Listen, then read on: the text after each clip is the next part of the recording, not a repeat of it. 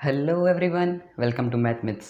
आज हम नया चैप्टर स्टार्ट करने जा रहे हैं क्लास 10th मैथ्स का, जो होने जा रहा है linear equation in two variable. तो आइए स्टार्ट करते हैं। आओ समझते हैं। Linear equation in two variable. Linear equation in two variables क्या मतलब होता है? लीनियर का मतलब, इक्वेशन का मतलब, इसको तोड़ तोड़ के समझते हैं। देखो, इससे पिछला चैप्टर जो आपने पॉलिनोमियल्स किया, उसमें क्या पढ़ा? पॉलिनोमियल्स जो होते हैं उनमें जो वेरिएबल होते हैं, पॉलिनोमियल लिख दिया मैंने, x square plus 4x+3। Polynomial में जो वेरिएबल होते हैं, जो इसमें वेरिएबल है जो x है, उसकी जो हाईएस्ट पावर, मतलब इस पॉलिनोमियल की जो डिग्री होती है, उसके हिसाब से हम इसका नाम रखते हैं। जैसे इसकी हाईएस्ट पावर यानी डिग्री क्या है? 2। 2 को क्या कहा था हम लोगों ने? Quadratic polynomial. इसी तरीके से ऐसा इक्वेशन, ऐसा पॉलिनोमियल जिसकी डिग्री 1 हो, 4x+3, इसकी डिग्री 1 है, इसका क्या नाम दिया था? लीनियर। और जिसकी डिग्री 3 हो, उसका क्या नाम दिया था? क्यूबिक। सही है? सही है? ओके, ये दिख नहीं रहा। 3 हो, उसका नाम दिया क्यूबिक। सही है? तो क्यूबिक में देखो, लीनियर, क्वाड्रेटिक, क्यूबिक, ये 3 नाम समझ में आए। इसमें हम बात, इस चैप्टर में हम बात करने जा रहे हैं लीनियर की। अब समझो लीनियर में, लीनियर का मतलब, देखो, लीनियर का मतलब एक ऐसी इक्वेशन, पहले इक्वेशन का मतलब समझो। इक्वेशन किस चीज़ से बनता है? इक्वेशन के लिए हमें मेनली 2 चीज़ चाहिए होती है। एक होता है LHS, एक होता है RHS, मतलब left hand side, right hand side, और दोनों के बीच में एक इक्वल तो चाहिए ही होता है, तभी तो डिवाइड करके पता चलेगा LHS हो या RHS हो। साथ में अपने आप ही, अगर LHS RHS है तो कोई ना कोई वेरिएबल तो अपने आप होगा ही होगा, क्योंकि बिना वेरिएबल के कोई इक्वेशन कैसे होगी? 4=5, ये कोई इक्वेशन तो हो नहीं सकती ना। हम 4=6 लिखे, 1=3, ये सब कुछ नहीं होता। कोई ना कोई वेरिएबल चाहिए होता है, जैसे x हो गया, a हो गया, b हो गया, कुछ भी। ठीक, वो चीज़ जिसमें एक LHS हो, RHS हो, इक्वल हो, कोई वेरिएबल हो, वो एक इक्वेशन होती है। अब उसकी पावर, उसकी डिग्री 1 हो तो हम उसको लीनियर इक्वेशन कहते हैं। 1 डिग्री हो, पावर 1 हो, मतलब स्क्वायर ना हो, क्यूब ना हो, 1 डिग्री हो, नॉर्मल x+4, क्या डिग्री है इसकी? 1, x की पावर 1 है, डिग्री 1।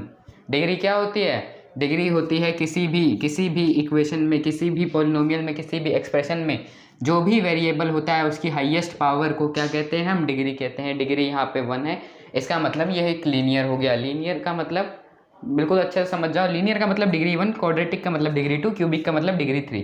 ठीक, अब देखो, इक्वेशन का मतलब समझ गए, लीनियर का मतलब समझ गए, दोनों मिला के देखते हैं। एक ऐसी इक्वेशन जिसकी डिग्री 1 हो, तो हम इसको ऐसे तो नहीं लिख सकते क्योंकि स्क्वायर तो चाहिए ही नहीं। तो एक ऐसी इक्वेशन, कोई सी भी इक्वेशन लिख लो, 5x+3, ये तो समझ आ गया। लेकिन साथ में इक्वेशन मांग क्या रहा है? इक्वेशन में एक LHS RHS होना चाहिए। लेफ्ट हैंड साइड तो लिख दिया, RHS के लिए मेरे को एक इक्वल लगाना पड़ेगा। और अब राइट हैंड साइड आप कोई नंबर डाल दो, या 0 रख दो, या नहीं 0 नहीं रखना था 2 रख लो, कुछ भी रख सकते हो, लेकिन एक इक्वल होना चाहिए। ये आपका लीनियर इक्वेशन बन गया। अब इसके आगे, ये तो आपने 8th क्लास 7th क्लास में किया होगा कि इसको कैसे सॉल्व करते हैं। 5x = ये इधर चला गया 2 - 3, जिसको हम -1 लिख देंगे, और x आ जाएगा -1/5, ये हमारा आंसर हो गया। ये तो बहुत आसान था क्योंकि हमें सिर्फ इसमें x दे रखा था। क्या होगा? आपने बचपन में पढ़ा होगा लीनियर इक्वेशन इन 1 वेरिएबल, यहाँ पे आप पढ़ने जा रहे हो 2 वेरिएबल। क्या होगा अगर इस x के साथ साथ इस इक्वेशन में 5x+3 में एक y भी दे दे और आपको बोले ये इसका आंसर मेरे को बताओ कि x क्या है और y क्या है? इसको तो अब आप सॉल्व नहीं कर पाओगे, ट्राई करके देख लो। 5x यहीं रहने दिया, प्लस y भी यहीं रहने दिया, और 3 उधर गया तो -1। अब क्या करोगे? एक तरफ x रहेगा, एक तरफ y रहेगा, वैल्यू तो आएगी नहीं। समझ आया? समझ आया? अब देखो, यहाँ पे समझ आया। अब हम बात करने जा रहे हैं टू वेरिएबल की। मैंने आपको बताया यहाँ पे दो, अगर आपको एक से ज़्यादा वेरिएबल दे जाए तो कैसे सॉल्व करेंगे। अब हम इस चैप्टर में linear equation in two variable में linear equation in two variable में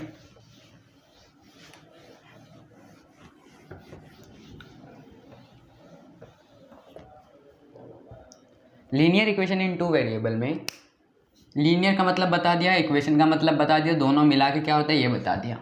एक वेरिएबल जिसमें सिर्फ एक की वैल्यू दे रखी है, जो आप अभी तक पढ़ रहे थे, 5x + 3, 5x + 7 कुछ भी is equal to 4, 5x is equal to 4 - 7, 5x is equal to -3, x is equal to -3/5 आपका आंसर आ गया। ये आप अभी तक पढ़ रहे थे और ये था एक वेरिएबल में। आप पढ़ोगे दो वेरिएबल में क्या होता है, दो वेरिएबल कैसे होता है, आओ देखते हैं। एक एग्जाम्पल लेते हैं, देखो एक प्यारा सा एग्जाम्पल देते हैं, फिर समझ आ जाएगा आपको अच्छे से। एक एग्जाम्पल लेते हैं। मैं कह रहा हूँ रोमीला एक लड़की है, एनसीईआरटी का एग्जाम्पल है। एक लड़की है रोमीला ने 2 पेंसिल लिए 4 रुपए के। ध्यान दो, रोमीला ने 2 पेंसिल लिए 4 रुपए के।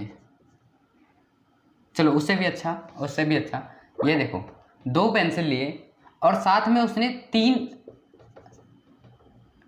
इरेजर लिए और उसको वो जो प्राइस पड़ी ना टोटल दुकान वाले को, वो देना पड़ा 9 रुपये। समझ आ रहा है। साथ में अब देखो एक दूसरी लड़की, कोई भी नाम ले लो, कुछ भी नाम ले लो, मान लो शिल्पा।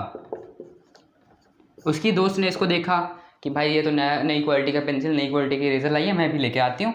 ये गई दुकान पे, उसने कहा मेरे को इसका डबल दे दो। इसने 4 पेंसिल ले लिए, 6 इरेज़र ले लिए और उस दुकान वाले को पैसे दिए इसने 18 रुपये। समझ आया। तो अब आपको बताना है कि ये इसमें दुकान वाले ने इन दोनों से एक पेंसिल के कितने रुपए लिए, एक इरेज़र के कितने रुपए लिए। ये कि देखो कितना सही एग्जाम्पल है। इस एग्जाम्पल से आप समझ जाओगे। क्या कहा, रोमीला गई दुकान पे, 2 पेंसिल लाई, 3 इरेज़र लाई 9 रुपये में। 9 रुपये में वो 2 पेंसिल और 3 इरेज़र ले आई। साथ में उसके बाद उसकी दोस्त ने उसको देखा रोमीला को कि ये अच्छे इरेज़र लाई है, अच्छी पेंसिल लाई है, ये भी चली गई शॉप पे। इसने 4 पेंसिल ले लिए, 6 इरेज़र ले लिया, देख रहे हो इसका डबल ले लिया इसको चिढ़ाने के लिए, और इसको 18 रुपये देने पड़े। अब बताना है कि ये जो है पर पेंसिल कितने रुपए उनको देने पड़े। देखो आओ इनसे इक्वेशन बनाते हैं पहले। मान लिया एक पेंसिल का rate let price of one pencil be X, और मान लिया कि प्राइस ऑफ 1 इरेज़र क्या है, वाई। यहाँ पे हमें x के साथ साथ एक और टर्म मानना पड़ेगा, क्योंकि हम यहाँ पे 2 वेरिएबल्स की बात कर रहे हैं। 2 ऐसी वैल्यू होनी चाहिए जिसकी वैल्यू हमें नहीं पता, x और y। 2 पेंसिल लिए, एक पेंसिल की कीमत x रुपये, 2 पेंसिल की कीमत 2x। कैसे, एक आम की कीमत 5 रुपये, 10 आम की कीमत कितनी होगी 50। क्या किया, 5 को 10 से मल्टीप्लाई कर दिया। ऐसे ही एक पेंसिल की कीमत x है, 2 पेंसिल की 2x प्लस एक इरेज़र की y है, 3 इरेज़र की 3y इज इक्वल टू 9। क्या ये विजिबल है? ठीक। इसी तरीके से इधर देखो 4 पेंसिल लिए, एक पेंसिल x का था तो 4x रुपये दिए, प्लस 6 इरेज़र लिए, 6 इरेज़र एक कितने का था, y का, तो 6y इज इक्वल टू, दोनों मिला के उसने टोटल पैसे कितने दिए, 18 रुपये। बन गए हमारे 2 इक्वेशन। पहला इक्वेशन था 2x + 3y is equal to 9। दूसरा इक्वेशन है 4x + 6y is equal to 18। Equation बनाना सीख गए। पहली बात, कोई भी 2 वेरिएबल वाला क्वेश्चन होगा उसमें हमेशा 2 इक्वेशन दे रखे होंगे, एक इक्वेशन से कभी भी वो सॉल्व ही नहीं होता है। 2 इक्वेशन चाहिए होगा हमें इनकी वैल्यू निकालने के लिए। फर्दर इसकी वैल्यू मैं आपको बताऊंगा, इसकी वैल्यू अभी हम इस वीडियो में नहीं सीखेंगे इनको सॉल्व करना कैसे। इसमें हम आगे पढ़ेंगे ग्राफ पे कैसे शो करते हैं इनको। देखो यहाँ तक समझ आया, ठीक। अब आओ उनको ग्राफ पे रिप्रेजेंट करना सीखते हैं। आओ अब ग्राफ सीखते हैं। देखो क्या होता है, अभी आप इक्वेशन बनाना तो सीख गए कि हम इक्वेशन कैसे बनते हैं, हमें 2 इक्वेशन की ज़रूरत होती है हमेशा 2 वेरिएबल वाले लीनियर इक्वेशन को सॉल्व करने के लिए, और कैसे सॉल्व करते हैं उसको हम अगले पार्ट में अच्छे से सीखेंगे। ठीक है, ठीक। अब इसको देखो, जैसे जैसे जैसे आप y = 3x+4, इसको तो ग्राफ पे बहुत आसानी से कर पाओगे। y = 3x+4 को ग्राफ पे तो कर सकते हो, ये तो आपने किया हुआ है। क्या करना होता है, बस x की वैल्यू पुट करते जाओ, एक बॉक्स बना लो, x की वैल्यू पुट करते जाओ, y की आती जाएगी और यहाँ पे डिनोट करते जाओ, कोई ना कोई लाइन बनी जाएगी। ठीक, यहाँ पे नहीं बनेगी लेकिन कोई ना कोई कहीं से जा रही होगी, वो आपको दिख जाएगा। ओके, अब हम जो है 2 वेरिएबल वाली इक्वेशंस, 2 वेरिएबल, ये भी 2 वेरिएबल वाली है, यहाँ पे ध्यान दो, एक x और एक y 2 वेरिएबल है। अब हम दोनों 2 इक्वेशन को एक साथ ग्राफ पे रिप्रेजेंट करेंगे। देखो कैसे, देख लो, 4x + y = 2, एक इक्वेशन हम लोगों ने ये मान ली, समझ आया।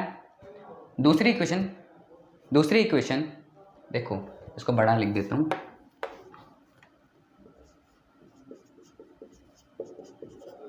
ठीक, दूसरी इक्वेशन मान लिया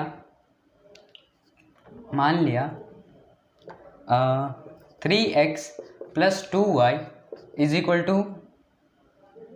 2 मान लिया, चलो ठीक, यहाँ पे समझ आया। 2 इक्वेशन मैंने मान ली और हमें कह रहा है कि इसको ग्राफ पे रिप्रेजेंट कर दो। आओ ग्राफ करते हैं, ग्राफ बोले, ग्राफ बना दो। चलो ठीक है, बनाते हैं। क्या करते हैं ग्राफ में, सबसे पहले x एक्सिस y एक्सिस बनाते हैं। इसको मैं साइड में लिख देता हूँ, कहीं पर बीच में हम ग्राफ बना लेंगे। साइड में लिख देता हूँ 4x + y = 2, 3x + 2y, 3x + 2y = 2। 2 equation बन गई, दोनों को बोला है ग्राफ पे रिप्रेजेंट कर दो। आओ करते हैं रिप्रेजेंट। चलो देखो, सबसे पहले यहाँ पे ये बना दिया मैंने। ग्राफ तो बनाते रहेंगे, पहले आओ इन दोनों को पहले एक इक्वेशन ले लो। कौन सी पहली ले लेते हैं, चलो 4x + y = 2। इसकी वैल्यूज़ निकालो, जैसे आप एक इक्वेशन की करते हो, एक इक्वेशन ग्राफ पे पुट करना होता है। 4x + y, तो एक काम करता हूँ, मैं y को यहीं रहने देता हूँ, इस 4x को RHS में ले जाता हूँ। समझ आया। 4x को RHS में ले जाने के बाद 2 - 4x हो जाएगा, प्लस का 4x है उधर गया, माइनस का 4x। अब इस इक्वेशन में आप x की वैल्यू रखते जाओ, y की वैल्यू आती जाएगी। मैं इधर एक बॉक्स बना लेता हूँ। ठीक, मैं रखता हूँ x की वैल्यू सबसे पहले 0, x मैंने रखा 0, x रखा 0। 0 रखने पे y की क्या वैल्यू आई, 2 - 4 × 0, जो 0 आ गया, ये आ गया 2। बिल्कुल ठीक। मैंने रखा x की वैल्यू इस बार 1 रखते हैं। चलो, तो 1 रखने पे 2 - 4 × 1, 4, माइनस का 2, 1 रखने पे -2 आ रहा है। 2 हो गई, एक वैल्यू और निकाल लेते हैं। चलो, इस बार हम -1 रखते हैं। ठीक, -1 रखते हैं। -1 रखने पे 2 - 4 × -1, देखो 2 - 4 × -1, 2 -4 और -1 मल्टीप्लाई होके प्लस का 4 हो जाएंगे, पढ़ा हुआ है, माइनस माइनस प्लस, क्या आ गया, x आ गया 6, मतलब y, ये y है, ये मैंने -1 रखा तो y आ गया प्लस का 6, दिख रहा है। अब इसको आप ग्राफ पे रिप्रेजेंट कर सकते हो, देखो करो, x0 y2, पहले इधर नंबरिंग कर देते हैं, ये 0 था,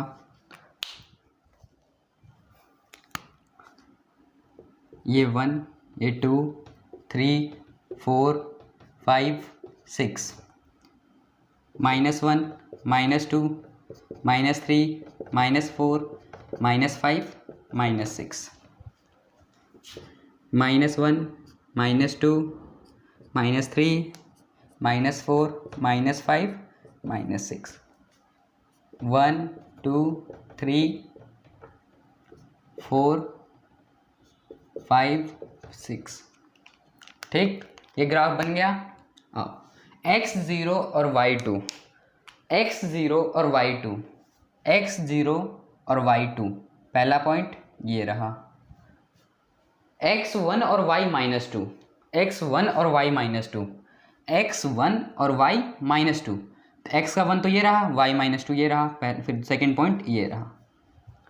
अगला है x-1 और y6, x-1 ये रहा और y6 यहाँ पे। ठीक, समझ आया कैसे करना है? ये थोड़ा सा इधर हो जाएगा। इनको मिलाते हुए एक स्ट्रेट लाइन बना दो, स्ट्रेट लाइन बना दो।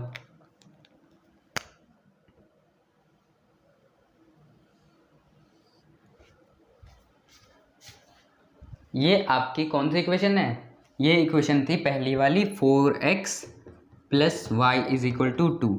ये इक्वेशन आपने ग्राफ बना दी। एक इक्वेशन तो हमने प्लॉट कर दिया। अब आओ क्या करेंगे, दूसरे इक्वेशन को भी इसी ग्राफ पे प्लॉट करते हैं। आओ देखो, दूसरा इक्वेशन है 3x + 2y = 2। सबसे पहले x को, अब दूसरे इक्वेशन के लिए भी ग्राफ ये बना लो, बॉक्स बना लो। आओ बनाते हैं, या इसी में ही लिख लो क्योंकि ये ग्राफ तो अब बन चुका है। देखो 4x + y = 2 और ये 3x + 2y = 2। इसमें आपको क्या करना है, सबसे पहले x रखा मैंने, या इसको आप पहले ऐसे लिखो 3x = 2 - 2y। बिल्कुल ठीक। x = 2 - 3y, 2 - 2y / 3। बिल्कुल ठीक। और अच्छे से लिखना है तो ऐसे लिख लो x = इन दोनों में से कॉमन निकाल लो। कॉमन निकालना तो आता होगा। इसमें से कॉमन क्या निकलेगा? 2। अंदर क्या बचेगा? 2 में से 2 कॉमन आ गया तो बचा 1, - 2y में से 2 बाहर आ गया तो आ गया y / 3। इसको कैसे लिख सकते हैं? x = 2/3 × 1 - y। समझ आया? अब आओ देखो, इधर वैल्यू रखते जाओ। पहला रखा वैल्यू, y की वैल्यू रखी 0, y रखते जाओगे x आता जाएगा। y रखी 0, y 0 रखने पे x की वैल्यू क्या आई? 2/3 × 1 - 0 जो 1, और ये आया 2/3। मतलब y 0 रखने पे ये आ रहा है 2/3। क्या मुझे समझ आया? सेम इसी तरीके से आओ फिर अगला वैल्यू रखते हैं। y की वैल्यू 1 रखने पे देखो, 1 रखा तो x = 2/3 × 1 - 1 क्या हो जाएगा? 0। x टोटल आ गया 0। यहाँ पे मैंने अगर 1 रखा तो x 0 आएगा। इसका मतलब आप उल्टा भी समझ सकते हो कि अगर मैं x की वैल्यू 0 रखता हूँ तो y 1 आएगा। 2 इक्वेशन निकल गए, दो पार्ट निकल गए। आओ तीसरा भी निकालते हैं।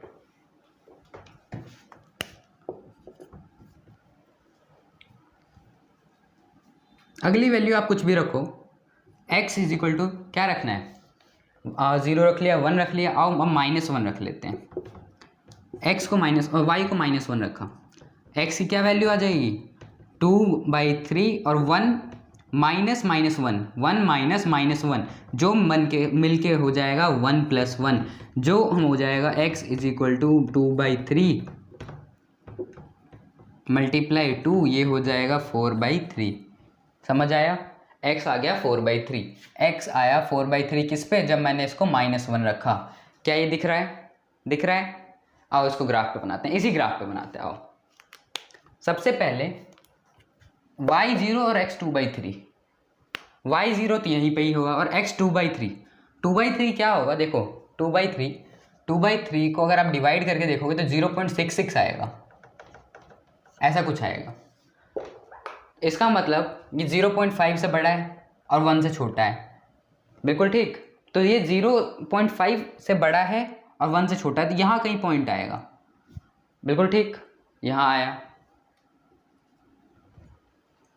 अगला देखो x 0 और y 1।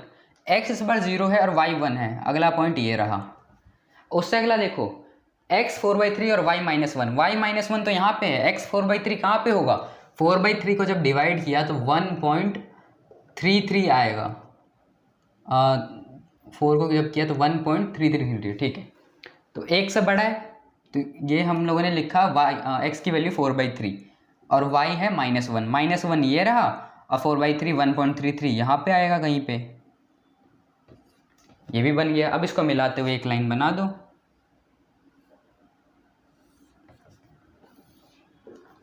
बन गई। इसका क्या नाम है, इस लाइन का नाम है 3x + 2y = 2। ये हमारी दूसरी इक्वेशन थी, पहली ये थी। ये जिस पॉइंट पे कट करते हैं, ये ग्राफ आपका रिप्रेजेंट हो गया। आपको बस इतना करना था, आप एक इक्वेशन को कर सकते हो, दूसरे को भी कर सकते हो, दोनों को मिला के सिर्फ एक ग्राफ पे डाल दो, बस आपका ये ग्राफिकल रिप्रेजेंटेशन हो गया। क्या मुझे बात समझ में आई? क्या मुझे बात समझ में आई? देखो यहाँ तक हो गया। अब ये समझो, इस ग्राफ में जो लाइंस हैं जिस जगह पे कट कर रही होगी, इंटरसेक्ट कर रही होगी एक दूसरे को, इंटरसेक्ट मतलब विजिबल नहीं है, यहाँ देखो, इंटरसेक्ट मतलब कट करना। एक बार काटा, ये जो पॉइंट था, ये ऐसी वैल्यू होगी, जो यहाँ पे जो भी वैल्यू आ रही होगी x और y की, वो वैल्यू दोनों इक्वेशन को सेटिस्फाई करेगी। क्या मतलब, एक ऐसी वैल्यू होगी जहाँ पे x और y की वैल्यू अगर मैं इसमें रखता हूँ तो ये RHS के इक्वल आ जाएगा, x और y की वैल्यू इसमें रखता हूँ तो वो भी RHS में आ जाएगा और दोनों सेम होगी। आओ अब ग्राफ से मिलती जुलती कुछ बेसिक बातें सीखते हैं। देखो, एक ग्राफ ऐसा बना है, एक लाइन आप मान लो ऐसी आ रही है और एक लाइन ऐसी आ रही है। ये यहाँ पे एक दूसरे को कट कर रहा है, जैसे अभी पिछला ग्राफ बना था वैसे ही कुछ है कि एक जगह पे इसने कट कर दिया, इंटरसेक्ट कर दिया। इंटरसेक्ट करने का मतलब पहले तो ये समझो कि इस लाइन की एक अलग इक्वेशन होगी, इस लाइन की एक अलग इक्वेशन होगी।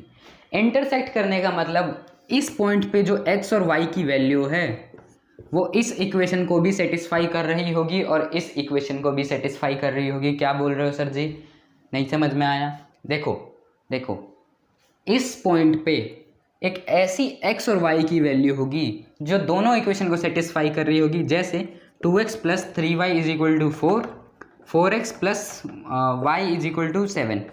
तो मैं ये कह रहा हूँ कि इस पॉइंट पे अगर इन दोनों ग्राफ कहीं कट कर रहा है तो वो पॉइंट पे जो भी x और y होगा, एब्सीसा और कोऑर्डिनेट, एब्सीसा और ऑर्डिनेट दोनों को मिलके कोऑर्डिनेट बोलते हैं, जो भी कोऑर्डिनेट होगा वो इसको तो करेगा ही, साथ में इसको भी करेगा सेटिस्फाई। क्या मतलब, x की वैल्यू मैंने अगर यहाँ पे ये रख दी और y की वैल्यू ये रख दी तो इन दोनों को प्लस करने पे 4 दे रहा होगा, साथ में x यहाँ पे रखा और y यहाँ पे रखा, दोनों को प्लस करने पे 7 दे रहा होगा। क्या मुझे बात समझ में आई? ये बेसिक बात, मतलब कि एक जगह जहाँ पे भी ग्राफ में दो लाइन्स इंटरसेक्ट कर रहे हैं तो वो उसका सॉल्यूशन हो जाएगा। सॉल्यूशन का मतलब होता है x और y की वैल्यू, वो जगह एक वो सॉल्यूशन हो जाएगा जो दोनों ग्राफ में सेम आंसर आ रहा होगा x और y का। समझ आया? चलो देखो और कुछ देखते हैं एग्जांपल।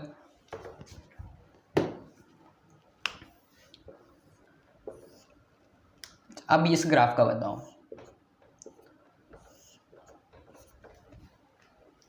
इस ग्राफ में तो कहीं कट ही नहीं कर रहा, एक दूसरे को इंटरसेक्ट कर ही नहीं रहा, तो कैसे पता चलेगा? देखो, ऐसे ग्राफ्स, ऐसे इक्वेशन जिनके ग्राफ्स ऐसे पैरेलल लाइंस बना रहे हों, इसका मतलब उसमें एक भी सॉल्यूशन नहीं होगा उन इक्वेशंस का, नो सॉल्यूशंस। समझ आया?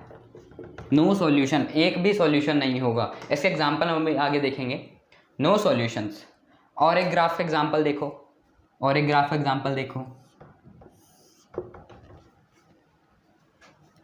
ध्यान से देखना। एक ये लाइन तो है ही, पहले इक्वेशन से ये मिला और दूसरी इक्वेशन से भी ये ही लाइन पे आया वो उसका ग्राफिकल रिप्रेजेंटेशन। ठीक, दोनों के ग्राफ सेम लाइन पे आ रहे हैं, सेम पाथ फॉलो कर रहे हैं, तो क्या होगा? तो इसके कितने सॉल्यूशन होंगे? आप देखो इसके कितने सॉल्यूशन होंगे, बहुत। यहाँ पे ये पॉइंट भी है, ये पॉइंट भी है, ये भी है, ये भी है, ये भी है, इसके बीच में आप कितने पॉइंट डिफाइन कर पाओगे? इनफाइनाइट। इसका मतलब इनफाइनाइट सॉल्यूशन, इनफाइनाइट सॉल्यूशन। ठीक, समझ में आया? यहाँ तक समझ में आया? ठीक है सर। अब मुझे कोई एक शॉर्टकट बता दो सर जी कि मैं बिना ग्राफ बनाए हुए मैं पता लगा लूँ कि उसका एक सॉल्यूशन होने जा रहा है, या उसका नो सॉल्यूशन होगा, या इनफाइनाइट सॉल्यूशन होगा, या पैरेलल लाइन बनेगा, या एक दूसरे को इंटरसेक्ट कर रहा होगा, या कोइंसिडेंट। इसको कोइंसिडेंट बोलते हैं, मतलब एक के ऊपर एक सिक्के को एक के ऊपर एक रखोगे तो पता नहीं चलता ना, उसी तरीके से कोइंसिडेंट बोलते हैं इसको, कोइंसिडेंट। ठीक, कॉइन, इसको तोड़ के भी देखोगे तो कॉइन समझ में आएगा, मतलब एक सिक्के को एक के ऊपर रखा तो पता नहीं चलेगा, एक बिल्कुल एक के ऊपर एक आना, ये कोइंसिडेंट लाइन बन जाएगी। ठीक, यहाँ तक समझ में आया? चलो अब शॉर्टकट देखते हैं शॉर्टकट। मैंने मान लिया, इस बार एग्जाम्पल नहीं लेते, इस बार इसका बेसिक फॉर्म लेते हैं। बेसिक फॉर्म क्या होता है? General form. एक एक्स तो होगा ही, एक्स के साथ कोई भी कोएफिशिएंट हो सकता है। कोएफिशिएंट आपको पता होगा, वेरिएबल के साथ जो भी नंबर होता है उसको कोएफिशिएंट कहते हैं। ये सब तो बेसिक है। ठीक, x के साथ कोई भी नंबर हो सकता है, बेसिक फॉर्म बना रहे हैं हम। ax प्लस एक y चाहिए होगा जिसके साथ b, मतलब कोई दूसरा नंबर होगा, जरूरी नहीं कि ये दोनों सेम ही हो या अलग अलग हो, कुछ भी हो सकता है। प्लस c, एक कांस्टेंट चाहिए होगा जहाँ पे c 0 हो सकता है। ठीक, ये बेसिक फॉर्म होता है एक linear equation in two variable का। ठीक, यहाँ पे ध्यान रखना ए या बी दोनों ही जीरो के इक्वल नहीं होना चाहिए, मतलब ए भी जीरो के इक्वल नहीं होना चाहिए, बी भी जीरो के इक्वल नहीं होना चाहिए। क्यों? ए जीरो हो गया तो ये टर्म ही गायब हो जाएगी, सिर्फ वाई बच जाएगा, इसका मतलब ये तो वन वेरिएबल हो गया। ये जीरो हो गया तो ये टर्म गायब हो जाएगी, फिर वन वेरिएबल रह गया। इसका मतलब दोनों ही जीरो नहीं होने चाहिए, सी जीरो चलेगा। ठीक, यहाँ तक समझ में आया? ओके, अब देखो इसके बाद हम यहाँ पे दो इक्वेशन लेते हैं। पहला देखो, ये तो बेसिक फॉर्म थी। दो इक्वेशन में से पहला a1x plus b1y plus c1 is equal to 0 ले लिया मैंने। दूसरा equation a2x plus b2y plus c2 is equal to 0 ले लिया। देखो a1 a2 शॉर्टकट फाइंड कर रहे थे। यहाँ पे अब आपको क्या करना है, दोनों इक्वेशन के बस कोएफिशिएंट्स देखने हैं। a1 बाई a2 करोगे आप, सबसे पहले a1 बाई a2 किया, फिर आपने b1 बाई b2 किया। समझ में आया?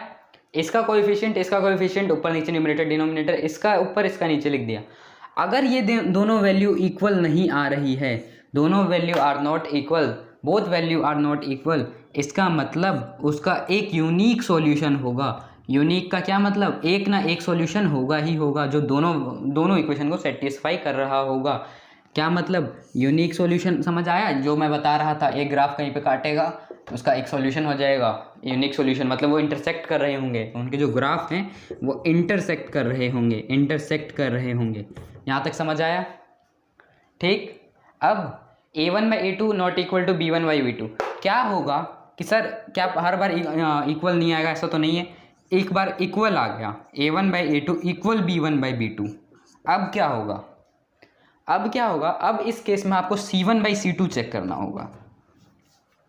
अगर c1 बाई c2 इसके इक्वल नहीं आ रहा है तो आपको इससे ये पता चल जाएगा इक्वल नहीं आ रहा है, तो ये जो लाइन बनाएगी वो होगी पैरेलल लाइन।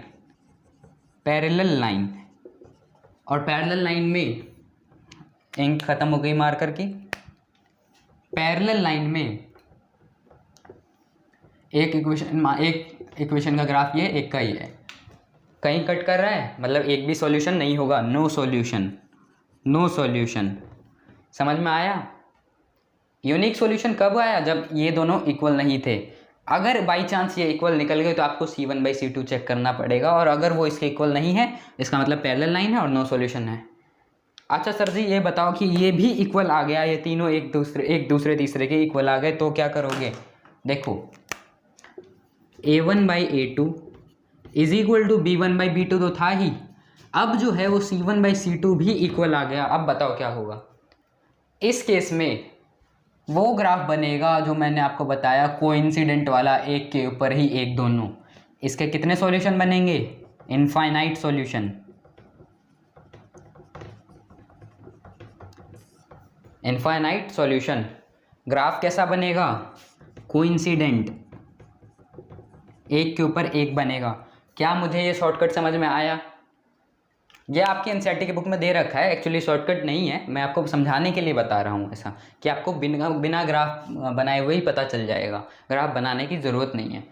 एक दो इक्वेशन दे रखे हैं, उनको आपको बस कोएफिशिएंट्स देखना है। a1/a2 is not equal to b1/b2, इसका मतलब एक सॉल्यूशन होगा जो इंटरसेक्ट करेंगे उनके ग्राफ। a1/a2 b1/b2 के इक्वल है, बट c1/c2 के इक्वल नहीं है, मतलब पैरेलल लाइंस बनेगी ग्राफ पे और उनका सॉल्यूशन एक भी नहीं होगा, पैरेलल लाइंस का होते नहीं है।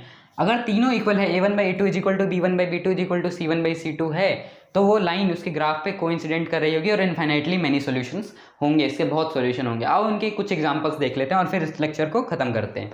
आओ देखो एक एग्जांपल ले लिया, 3x plus 4y is equal to 7, 7x plus 2y is equal to 9। इसको चेक करते हैं, इसका ग्राफ कैसा बनेगा और कितने सॉल्यूशन हो रहे होंगे। ठीक, आओ सबसे पहला स्टेप a1/a2 चेक करना है और b1/b2 चेक करना है। आओ चेक करते हैं। a1/a2 क्या है? 3/7, इसका a1 3, इसका b1 4। a1 है 3 और a2 7 और b1 क्या है 4, b2 क्या है 2। क्या ये दोनों इक्वल हैं? नहीं। 7/3, 3/7 और 4/2 का भी इक्वल हो सकते हैं? ये तो कट के 2 आएगा, नहीं ये इक्वल नहीं है। इसका मतलब ये इंटरसेक्ट कर रहे होंगे, इंटरसेक्ट का क्या मतलब? यूनिक सॉल्यूशन होगा इसका, कोई ना कोई एक ऐसी वैल्यू होगी एक्स और वाई की जो दोनों को ही सेटिस्फाई कर रही होगी, और वो वैल्यूज़ क्या होंगी ये हम अगले लेक्चर में जानेंगे, उसको निकालने का तरीका। ठीक, अब आओ और एग्जांपल देखो। 3 लिया जा रहा हो सर जी तब से, और कोई एग्जांपल ले लो। 7x plus 4y is equal to 9। ठीक, 21x plus 12y is equal to 27। आओ इसको चेक करते हैं, या और अच्छे से कहूँ तो मैं इधर लिख लेता हूँ 18 लिख लेता हूँ। चलो पहले इसको चेक करते हैं। a1/a2 चेक किया तो 7/21 a1/a2, b1/b2 चेक किया 4/12। क्या ये दोनों इक्वल है? आपको बोलोगे नहीं सर इक्वल तो नहीं है, तो ध्यान से देखो 7/21 कट के क्या बन जाएगा 1/3। 7 3 से 21 होता है, 4/12 कट के 1/3। हाँ अब तो इक्वल हो गया सर जी। इसका मतलब ये दोनों a1/a2 इक्वल b1/b2 हमारा आ गया। अब क्या चेक करना है? जब ये दोनों इक्वल आ जाए तो c1/c2 चेक करो, जब इक्वल नहीं आए तो c1 कुछ भी हो, हमें क्या करना, c1/c2 चेक करते हैं। c1/c2 चेक किया तो 9 और 18, c1 c2 कट के क्या आया 1/2। नहीं, ये इस बार इसके इक्वल नहीं हुआ, ये 1/2 आया, नॉट इक्वल टू 1/2। ठीक, ये 1/2 इक्वल नहीं आने का मतलब c1/c2 के इक्वल नहीं है। इसका मतलब पैरेलल लाइंस बन रही होगी, ग्राफ पे, और इसका मतलब पहले लिख देता हूँ, पैरेलल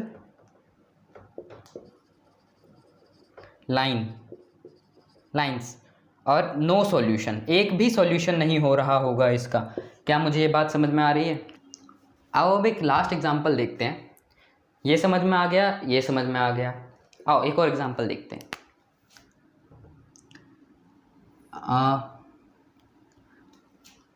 कुछ भी ले लो। 3x plus Y is equal to 4। दूसरा इक्वेशन लिया, 12x plus 4y is equal to 16। क्या दिख रहा है? हाँ दिख रहा है। चलो ये इक्वेशन ले लिया, आओ उसको चेक करते हैं, यहाँ पे चेक करते हैं। ओके, a1/a2 चेक करो, a1 3, a2 12। चलो अगला चेक करते हैं, b1/b2। इधर आप लिख लेना जब आप करोगे तो, b1/b2 1, y का कोएफिशिएंट 1/4, c1/c2 4/16। ठीक, अब देखो ये कट रहा है क्या, देखो ध्यान से देखो, ये कट के हो गया A1/A2 हो गया 1/4, B1/B2 कट नहीं रहा था, ये 1/4, हाँ ये तो इक्वल आ गया सर जी। आओ अगला चेक करते हैं। C1/C2 4/16 था, ये भी कट के 1/4 आ रहा है। 4/16 को जब आप काटोगे तो 1/4 ही तो आएगा। ठीक है, अब इस बार A1/A2, B1/B2, C1/C2 तीनों इक्वल आ गया। इसमें क्या केस था, क्या केस था, केस ये था कि इसमें कोइंसिडेंट लाइन बनेगी, कोइंसिडेंट लाइन बनेगी। क्या मतलब, कितने सॉल्यूशन होंगे, इनफाइनाइटली सॉल्यूशन बताया था मैंने, ग्राफ में इसी के ऊपर लाइन बन जाएगी। यहाँ पे विजिबल नहीं है तो मैं इधर बना देता हूँ। दोनों लाइन एक के ऊपर एक ही होगी, कोइंसिडेंट लाइन मतलब इनफाइनाइट सॉल्यूशन, इनफाइनाइट सॉल्यूशन।